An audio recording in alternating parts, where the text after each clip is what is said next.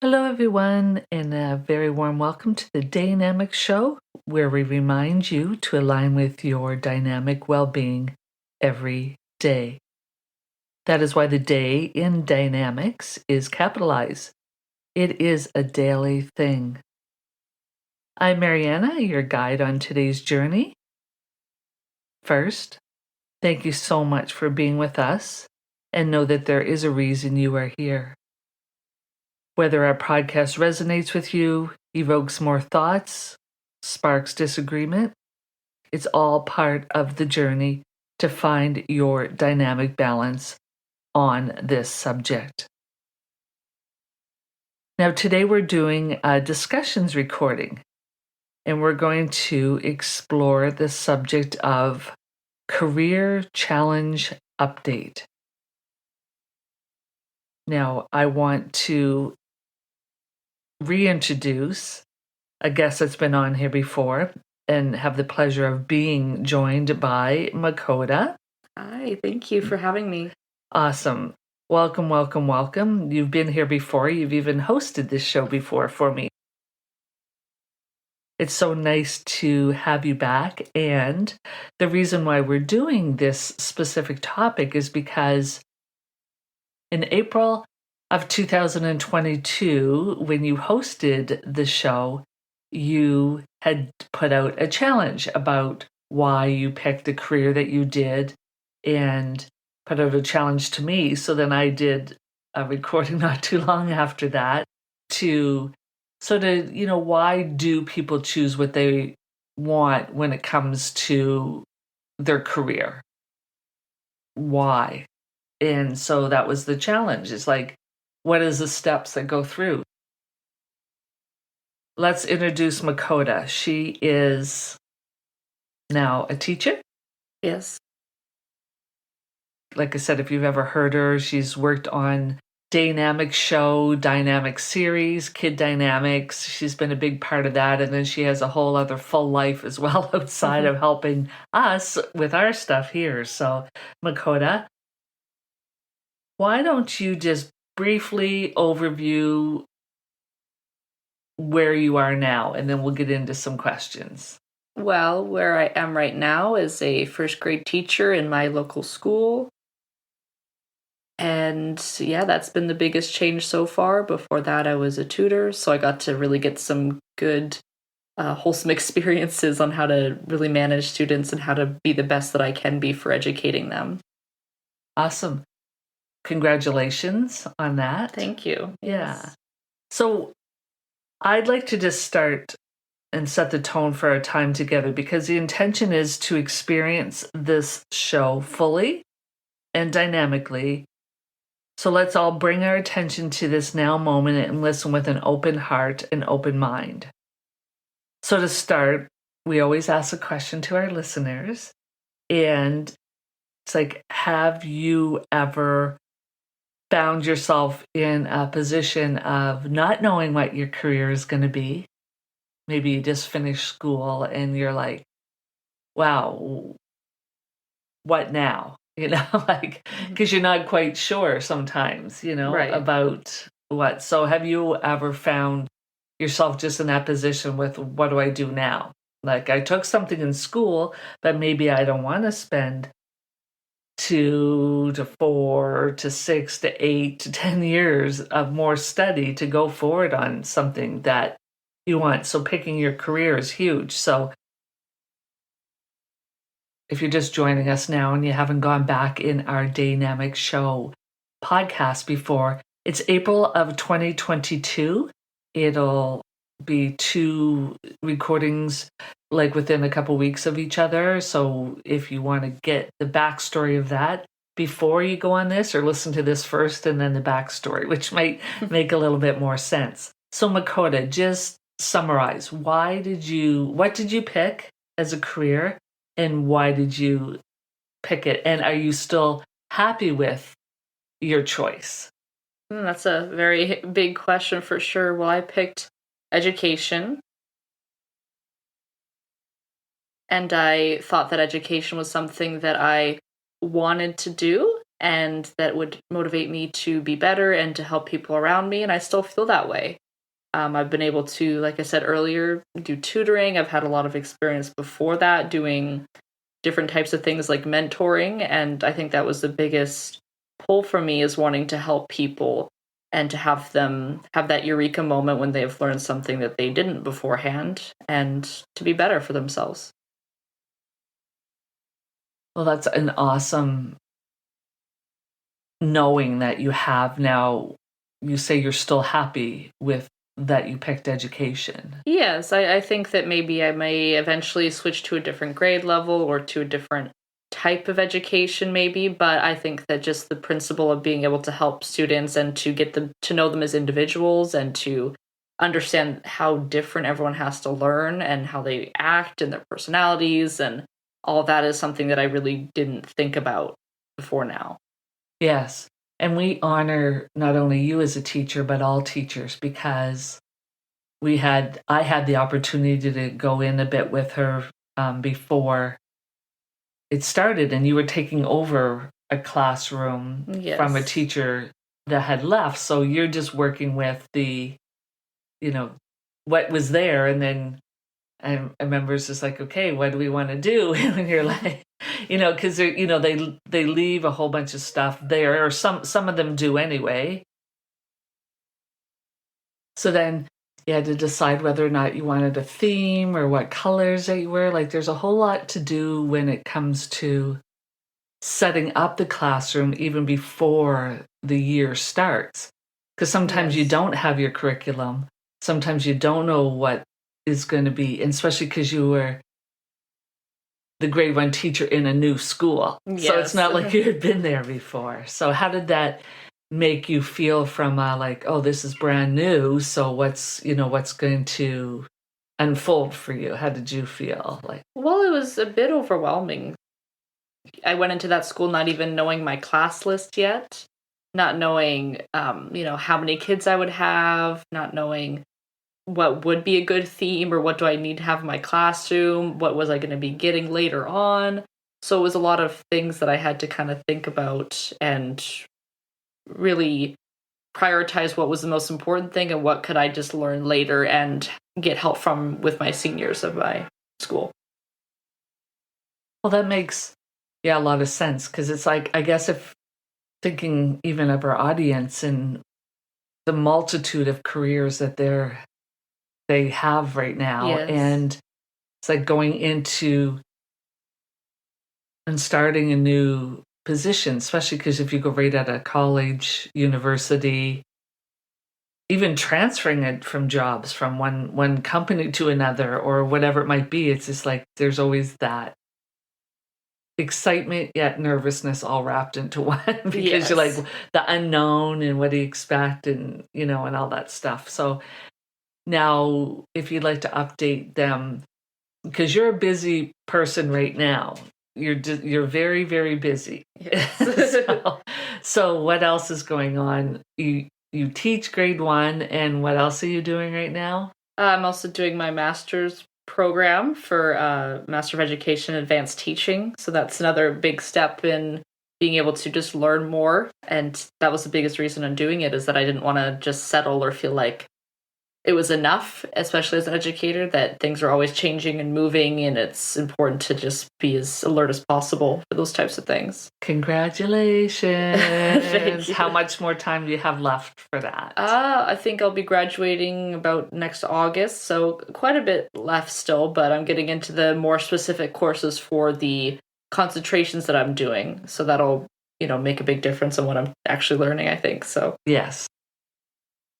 And then we'll do another update when you're done that, because that'll be another career challenge update number 2, because yes. it'll be interesting to see, after you have finished your first year of teaching grade 1, where you're at. But then after that is like, when you're done your program, it's just like, what do you want to do? Like, do you Yes. still want to teach a younger age? Do you want to go into administration? Do you want to go into curriculum? Like there's so many things that you can do in education.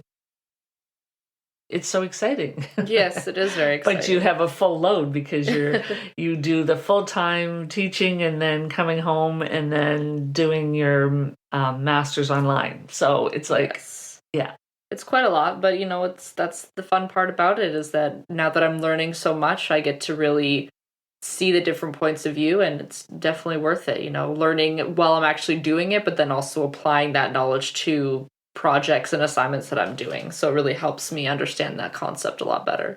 Because you have the firsthand experience of being able to just have it unfold right in front of your eyes with the kids. Like, you have that, like, oh, this concept, let's try it out. With still keeping in mind of teaching the curriculum that your school has, but yet the concepts and the concentrations, being able to do that. So yes, it's very awesome being able to literally see a project and be like, oh, we'll try this type of teaching method. Or if you have tried it, and because a lot of those people have been in education for a long time that are in my master's degree, maybe they did 8 years ago or a few years ago, but for me, I can do it right in that moment and really see if it's still effective, that method. So that's really interesting to me. Yes. That's why I always thought that at some point you might go into the administration or curriculum side, because you know the value of like keeping it current, and you're a younger age, so you have the fresh new ideas and sort of like these generational things, generate X and Y and Z and all that, gen stuff that we have, in society, but sort of relating of how they have learned along the way. Yeah. What's relatable for kids and how are they understanding, because there'll always be new methods, and with all the technology and AI and everything coming up, it's like how do you guys keep up with all of that even now? We don't really. I think that's the biggest thing, is that's the biggest thing I've noticed with education, is thinking about back when I was in first grade compared to what I have to teach these first graders, is night and day. The amount of things that they have to learn, at least where I am living, or we're living, is just crazy. But it's just, you don't even think about those things when you're in first grade. You don't think that it's difficult or too much or anything like that. So it's really fun to be able to kind of see it from the perspective of what was I learning at this age, and then what am I teaching them, and how do I kind of take what I learned in school and make it a bit more fun, because sometimes the curriculum is not always the funnest to teach. Yeah, I think it's like any curriculum, though. It's like, here it is. Even the Kid Dynamics curriculum is like, here it is. What do you want to do with it? And the more you put into it, the more you'll get out of it from the kids, right? So, and then it's having those options of never doing it one way. There's always more than one way to bring your information across, to keep the kids, because you can feel them right away. And I know even teaching the Kid Dynamics program, if they're engaged. Yes. You can tell by their body language, the eye contact, like everything, even their energy, of whether, like, are they getting this? Are they engaged with it? And then being able to shift right in that moment. Yes. If not, if you've lost them or they're off somewhere, but you'll always have, one or two or three kids that might do that anyway. But, it's interesting. So congratulations, you're on such a cool journey. Yes, thank you. I think so as well. Yeah. Well, now that we've talked about my update, I'd love to hear what your update has been. Oh, thank you for asking. My career update, we moved. Yes. And that felt like a career in itself, just moving, and, anyone that's moved in our audience, what it's like.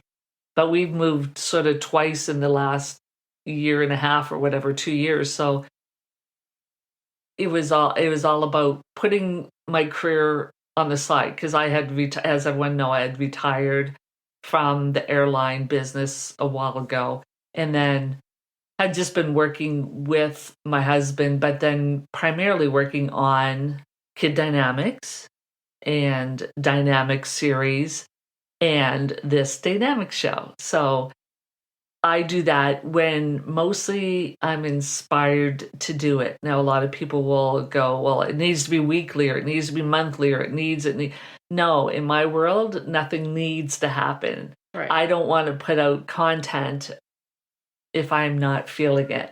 So I have committed myself to once a month. So I will put out something once a month. And if you get more because of, that's just what works, then great. And if not, then I usually put something out on social media to say, hey, this is going on in our lives right now, so you won't be getting a show or anything for us. So right. So thanks for asking. It's still my full heartfelt gift to this world is to work on those three things. And the interesting part is Kid Dynamics started first because it's been taught for many years and still is. And then I went into Dynamics Series, which incorporates Kid Dynamics. But then they're like, oh, podcast. Let's do the podcast. So now it's getting into like courses, ebooks, and more on social media stuff. Even though I don't like going on it very often, I do know that it's our way to connect. And yes. And Makoda has been part of that off and on, not so much anymore, but I still ask for her as a consulting as to what should happen, or what would be a good thing, or what would the kids connect with more, bringing it something across a certain way. So what is the challenge now then? Challenge is to meet up when you've done your master's. And done my first year, done the master's program, and then kind of see what has changed. What did I really learn through my master's program? What did I do my dissertation on? How was my first year of teaching? Did I go back for a second year? Did I change schools? Did I change grade levels? All those things could change in the year that we have, a little bit less than a year, I guess, now. So yeah. And one of the themes of Kid Dynamics is change. Yes. Life is constantly changing, so it's easy for things to change. And then I'll update you as well, not just you, the audience, update on what's happening and what's going on. But you know that we are here. We're not going anywhere. Yep. Not for a bit anyway. So, but things change all the time. So what would you like to leave the audience with when it comes to good advice, good, heartfelt, strong, your experience advice as far as choosing the career, and any, thoughts around that? I guess the biggest thing is to make sure that you have your path. I think that's the biggest thing that I've noticed, is that you, especially as a teacher, might have ways of doing things or ways that you can teach, all these types of things. But for you, as long as you know what is most important for you, your classroom, and you as a person, that's all that really matters. You can take on advice and maybe take some tips from them, but make sure not to feed into all of that and just to become something that you don't want to be, especially when it's something that you're passionate about. Right. Be your own unique, authentic teacher. Yes. Or engineer or scientist or whatever. Yeah. Yeah. What would you give as an advice for someone that hasn't quite decided what their career might be? Like, how did you figure out what you might want to do? Like, what were the steps, or what was something where you chose to be in education? I think the biggest thing for me that helped me is, because for a while I didn't know, I had to take quite a while to think about it, but was the qualities that you enjoy doing and figuring out if that's a career path. So even though I could have been a teacher, I could have also been, a manager or something like that, because I like being able to help people and solve problems and all those things. So figuring out the skills that you're good at or that you enjoy doing that make you feel happy, and you'll be surprised at how many different options there are. And just being okay with not knowing for a bit or having to change your mind is totally fine, because I might not be a teacher in 5 years, but at least at the moment right now I do want to be. So don't hold on to things that you are passionate about anymore, or try to become passionate about them again through experience, or going through a master's or learning more about stuff. Yeah, that's good. And I think I resonate the most with the qualities. Like, sometimes we try to fit into a box, or we try to fit into like, okay, well, if you want to be this is the qualities that you have to have. So it's like you try to change yourself to fit into that. Now, you look at any kind of like job sometimes or careers, and it's just like they want all these qualities, but Right.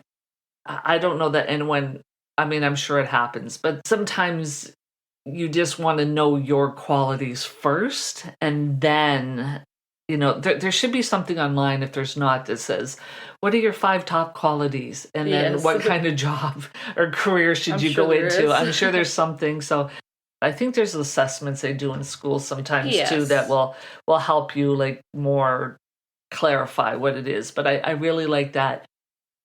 Get the qualities, be those qualities, and then attract that stuff to you. So Exactly. yeah. We want to say thank you, Makoda, for being with us today during this podcast.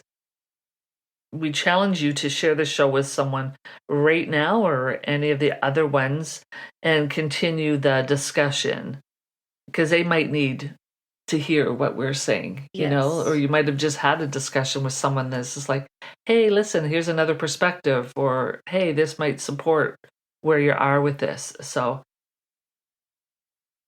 we have more compelling shows coming up and some great past recordings, so go see what catches your attention on our website, DAYnamicsShow.info. Plus, you can read their more defined definition on dynamic and being dynamic. We also want to remind you to align with your dynamic well-being, as it is a daily thing. Yes, for sure. Every day. So, and I do need to add that all materials are copyrighted and are for informational purposes. So until we meet again, thank you for listening. Thank you again, Makoda, for being our guest on here. Thanks for having me. And congratulations on how far that you've come so far. Yes. Yes, and make it a dynamic day. Make it a dynamic day.